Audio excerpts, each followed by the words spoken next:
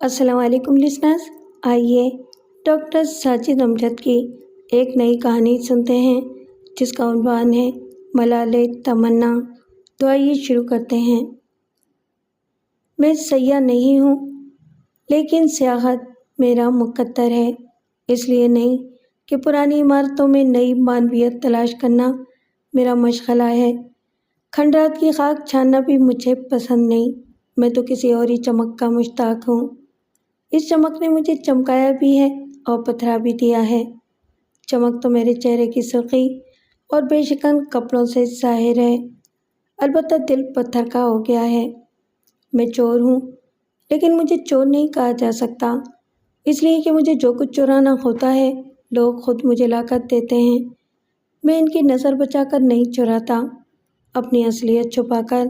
یوں تو اس دنیا میں ہر 10واں آدمی یہی کاروبار کر رہا ہے، لیکن میں نے اسے باقاعدہ فن بنا دیا ہے۔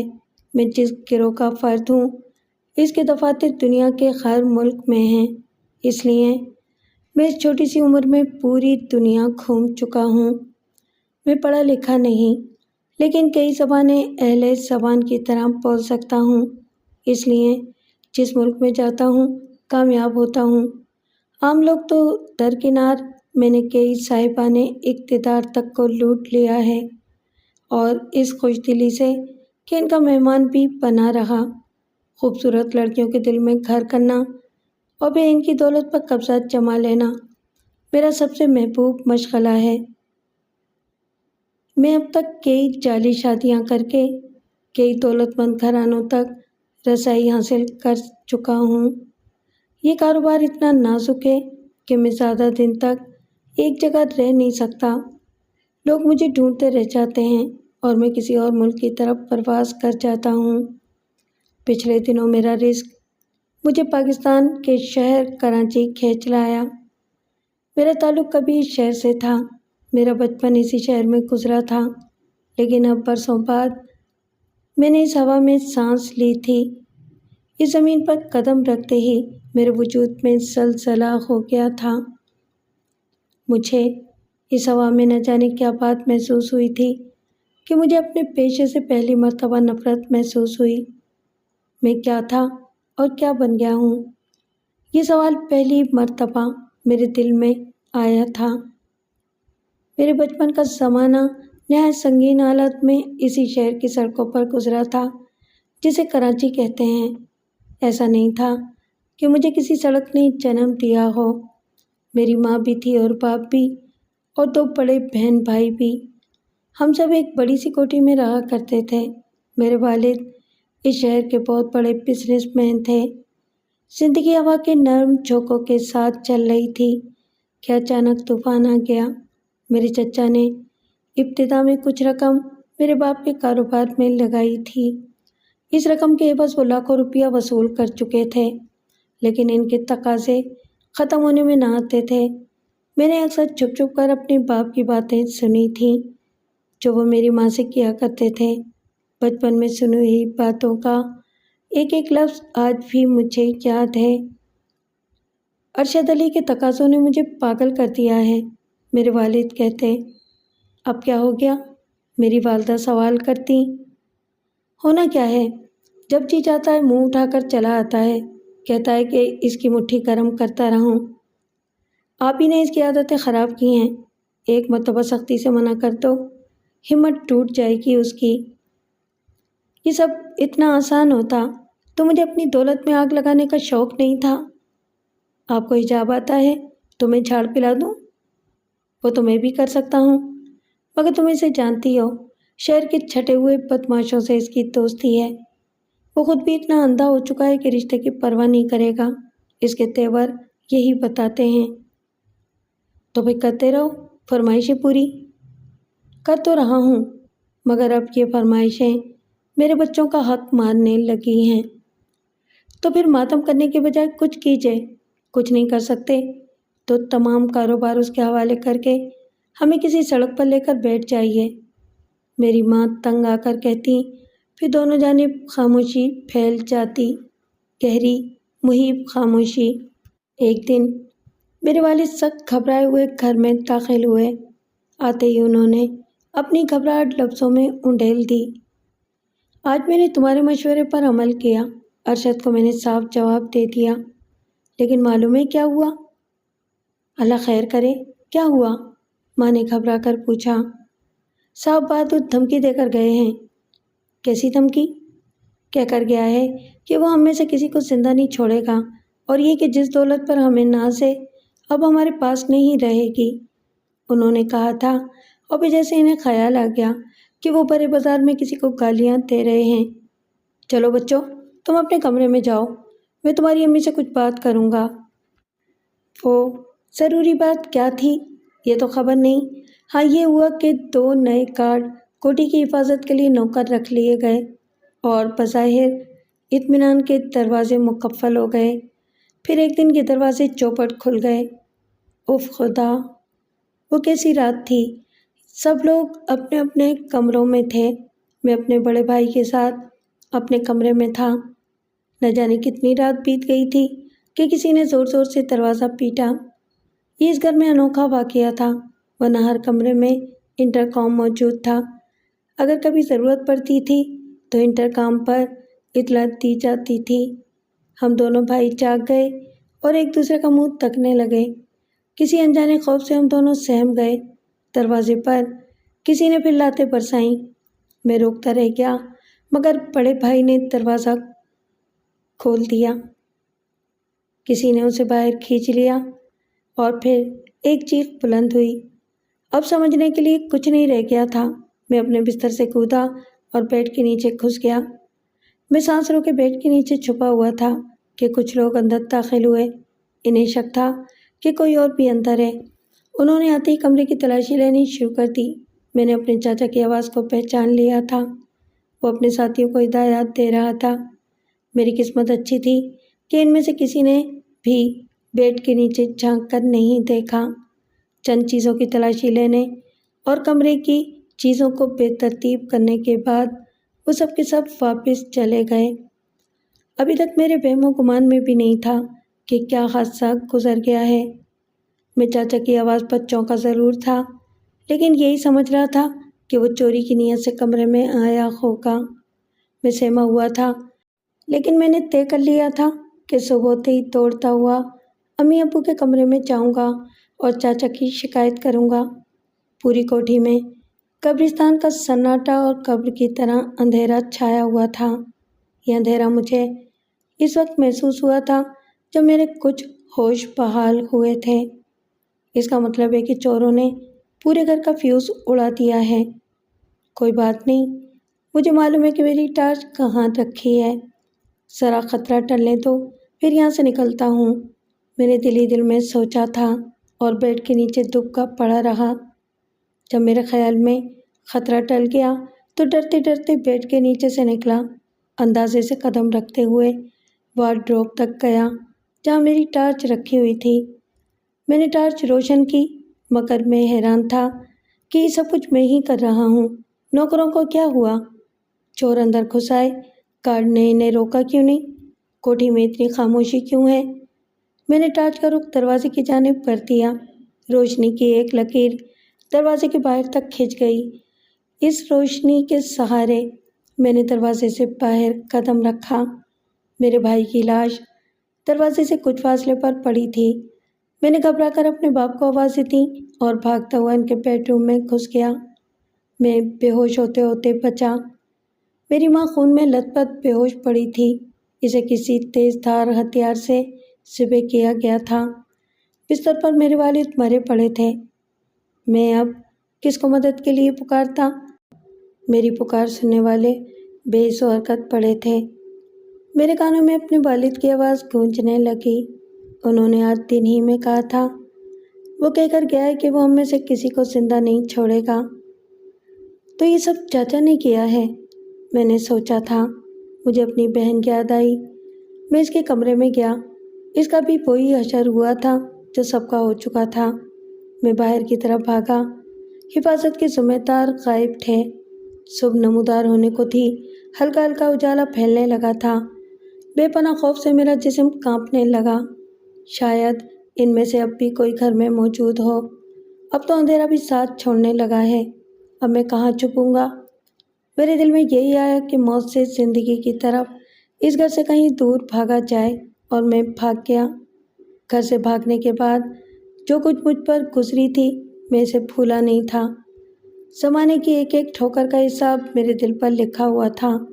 میں اسی شہر میں ٹھوکریں کھاتا رہا، کبھی سڑکوں پر گھومتا رہا، لیکن گھر جانے کی ہمت نہ ہوتی تھی۔ مجھے تو یہ بھی معلوم نہیں تھا کہ میرے گھر والوں کو دفن کس نے کیا، قاتل گرفتار بھی ہوئے یا نہیں۔ پھر انسانوں کی بھیڑ میں مجھے ایک مہربان مل گیا جس نے مجھے اپنے گھر میں پناہ دی، مگر صرف اتنا کہ مجھے سر چھپانے کا ٹھکانہ مل گیا۔ وہ عیش و آرام مجھ سے چھن گیا تھا جس کے جھولے پر میرا بچپن جھول رہا تھا۔ میں ڈر کے مارے اپنی کہانی بھی کسی کو نہیں سناتا تھا کہ کہیں میرے چچا کو یہ چغلی بھی ناگوار نہ گزرے۔ وہ عیش و آرام مجھ سے چھن گیا تھا جس کے جھولے پر میرا بچپن جھولا جھول رہا تھا۔ میں ڈر کے مارے اپنی کہانی بھی کسی کو نہیں سناتا تھا کہ کہیں میرے چچا کو یہ چغلی بھی ناگوار نہ گزرے۔ ایک مسلسل خوف میرا احاطہ کیے رہتا تھا۔ دیکھنے والے میری خاموشی کو میرا سیدھا پن سمجھتے تھے، لیکن جو کچھ مجھ پر گزر رہی تھی میں ہی جانتا تھا۔ ہر رات ایک ہی خواب میری آنکھوں میں سوئیاں چبھوتا تھا، گاڑھا گاڑھا لہو میرے بستر پر پھیل جاتا تھا، پھر میں اپنے ہاتھوں سے اپنے بدن کے ٹکڑے سمیٹ لیتا تھا۔ ایک چیخ میرا تعاقب کرتی تھی اور میں بستر سے نیچے گر جاتا تھا۔ میں اپنی لاش خود اٹھاتا اور پھر رات آنکھوں میں گزر جاتی۔ میں زندگی سے بیزار ہو چکا تھا کہ ایک دن مجھے پیٹر نامی ایک شخص ملا۔ اس کی تجربے کار آنکھوں نے نہ جانے مجھ میں کیا دیکھا کہ وہ میرا گرویدہ ہو گیا۔ تم ہمارے ساتھ چلے گا؟ چند ملاقاتوں کے بعد اس نے کہا۔ کہاں؟ ادھر جدھر ایک نئی زندگی تمہارا منتظر ہے۔ نئی زندگی؟ ہاں، عیش کی زندگی، خوشی کی زندگی۔ عیش کی زندگی؟ ہاں ہاں، ہم تم کو تراشے گا ہیرا بنا دے گا، ایک دم چمکدار ہیرا۔ تم مجھے نوکری دو گے؟ ہم تم کو اپنے باس سے ملوائے گا، وہ بہت مہربان ہے۔ مگر مجھے تو کوئی کام بھی نہیں آتا۔ تم سب سیکھ جاؤ گے، مگر میرا کام ہوگا کیا؟ ہم تم کو بے وقوف لوگوں کو ان کی بے وقوفی کی سزا دینا سکھائے گا۔ میری سمجھ میں کچھ بھی نہ آ سکا تھا، بس ایک بات سمجھ میں آئی تھی کہ عیش و آرام کی زندگی ملنے والی ہے۔ تمہارا باس رہتا کہاں ہے؟ میں نے پوچھا۔ سنگاپور۔ یہ کہاں ہے؟ ہوائی جہاز میں جانا پڑے گا۔ میں اس کے ساتھ جہاز میں بیٹھا اور سنگاپور پہنچ گیا۔ ایک وسیع و عریض بنگلہ میری منزل تھا۔ پیٹر نے راستے ہی میں سمجھا دیا تھا کہ باس سے کس طرح ملنا ہے اور کس بات کا کیا جواب دینا ہے۔ باورچی ملازموں نے پیٹر کا استقبال کیا اور ایک نئے لڑکے کو اس کے ساتھ دیکھ کر خوش آمدید کہا۔